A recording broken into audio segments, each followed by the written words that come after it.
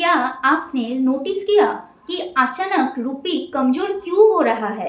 क्या सिर्फ oil prices इसके पीछे है या कहानी कुछ और ही है? क्या इंडिया की इकोनॉमी प्रेशर में आ रही है या ये सिर्फ एक टेम्पोररी फेज है? और सबसे बड़ा सवाल, क्या इसका असर आपके पॉकेट तक पहुंचने वाला है? ये कहानी शुरू होती है ग्लोबल ऑयल मार्केट से, जहां क्रूड ऑयल का दाम $100 के आसपास पहुंच गए।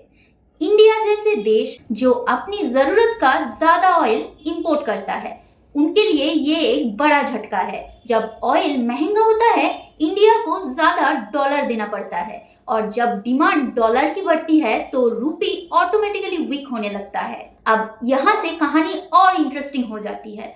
रुपी के वीक होने का मतलब सिर्फ करेंसी का गिरना नहीं होता, इसका डायरेक्ट इम्पैक्ट होता है इन्फ्लेशन पर। मतलब पेट्रोल महंगा, ट्रांसपोर्ट महंगा, खाना महंगा और धीरे धीरे हर चीज महंगी।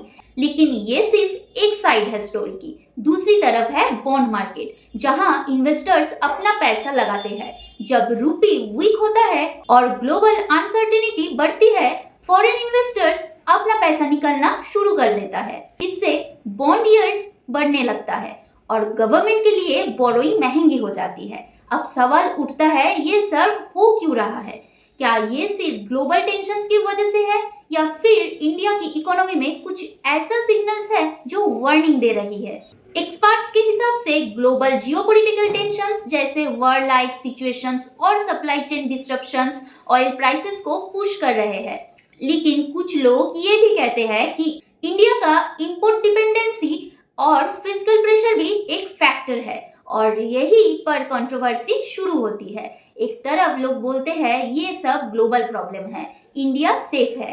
दूसरी तरफ लोग कहते हैं ये अर्ली वार्निंग है, फ्यूचर में और प्रेशर आ सकता है। अब आप सोच रहे होंगे इसका आपसे क्यों कनेक्शन है? कनेक्शन डायरेक्ट है। जब रुपी वीक होता है तो इंपोर्टेड चीज महंगी हो जाती है। जब ऑयल महंगा होता है तो ट्रांसपोर्ट कॉस्ट बढ़ता है, और जब ट्रांसपोर्ट कॉस्ट बढ़ता है तो हर प्रोडक्ट की प्राइस बढ़ जाती है।